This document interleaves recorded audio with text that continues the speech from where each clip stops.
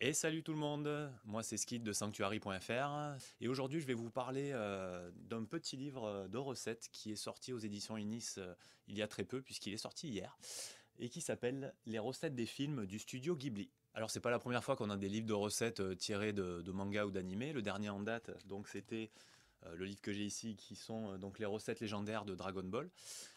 Donc ce livre en soi est très bien, mais c'est vrai que le rapport avec la cuisine est assez lointain dans Dragon Ball, même si Goku et ses compagnons mangent souvent des quantités astronomiques de nourriture en empilant les bols, ça va pas plus loin que ça. Donc là, clairement, voilà, l'éditeur et l'auteur ont surfé un petit peu sur la licence Dragon Ball qui est encore florissante de nos jours avec notamment Dragon Ball Super qui a remis un peu Dragon Ball sur le devant de la scène. Mais là, avec les recettes des films du studio Ghibli, on a vraiment un ouvrage qui nous semble logique en fait, qui a une légitimité puisque dans les films des studios Ghibli, je vais pas vous l'apprendre, la nourriture a une place vraiment importante. Ah ouais, qui n'a jamais salivé devant un plat que mangeaient les personnages dans un film du studio Ghibli?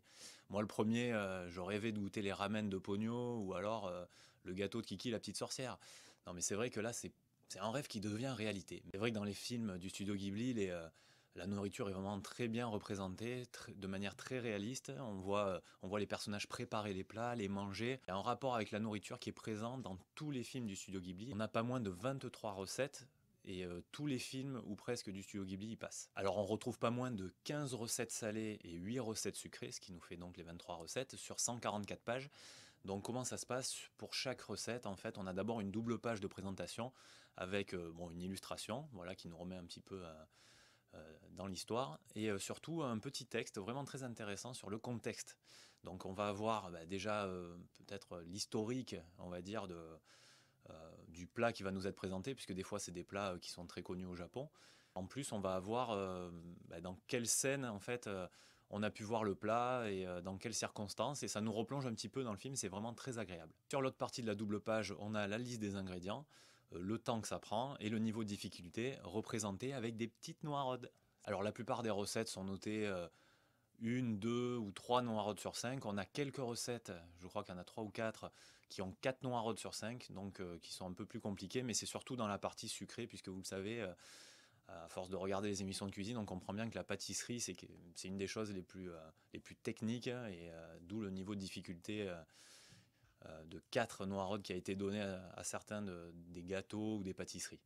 Après, ce qui est sympa, c'est que même des plats qui à la base étaient super, on va dire, basiques, voilà, ont connu un peu des améliorations. Par exemple, les burgers que mangent les tanuki dans Pompoko, quand on regarde la recette, déjà on fait soi-même le steak avec de la viande hachée.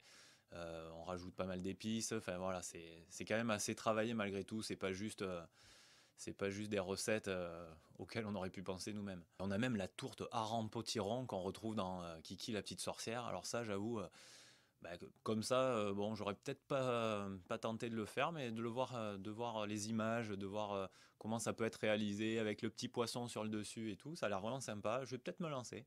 Surtout que les recettes sont vraiment très détaillées, étape par étape, avec des images à chaque fois, un petit texte. Normalement, on peut pas se tromper, et on va essayer de faire ressembler notre plat à celui qui est pris en photo à la fin dans le livre. Mais bon, ça, c'est pas forcément gagné pour tout le monde, hein. Alors le petit hic, c'est que dans la cuisine japonaise, si vous avez déjà essayé, de faire quelques recettes, il nous manque toujours des ingrédients, parce qu'il y a des ingrédients pas possibles, qu'on n'arrive pas à trouver même dans certaines épiceries asiatiques.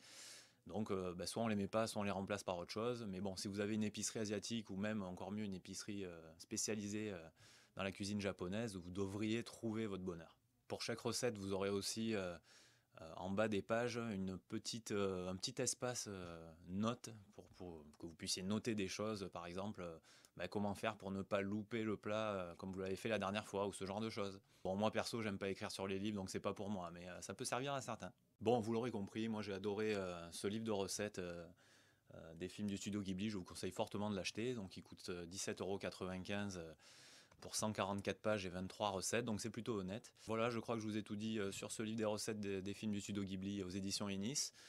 J'espère que la vidéo vous a plu, vous aura donné envie d'acheter ce livre parce qu'il vaut vraiment la peine. Et écoutez, je vous retrouve dans une prochaine vidéo, j'espère assez rapidement cette fois-ci. Et n'hésitez pas à laisser des commentaires sur YouTube, sur les réseaux, sur notre site, où vous voulez.